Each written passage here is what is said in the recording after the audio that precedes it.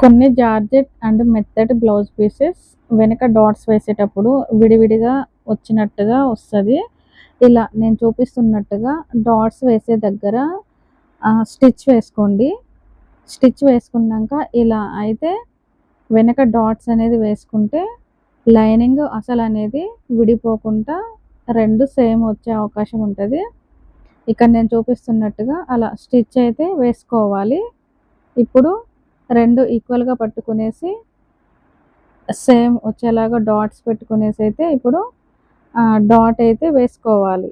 ఇలా వేసుకోవడం వల్ల ఉబ్బులు అలా ఏం రాకుండా అయితే రెండైతే ఈక్వల్గా వచ్చే అవకాశం ఉంటుంది. కాబట్టి ఈ టిప్ తెలియని వాళ్ళు ఎవరైనా ఉంటే ఇదైతే పాటించండి. స్పెషల్లీ అయితే కొత్తగా టైలరింగ్ నేర్చుకునే వాళ్ళకైతే ఇది చాలా యూజ్ఫుల్ అవుతుంది. లేదంటే ఇలాంటి క్లాత్స్ వచ్చినప్పుడు డాట్స్ వేసేటప్పుడు చాలా ఇబ్బంది పడే అవకాశం ఉంటుంది.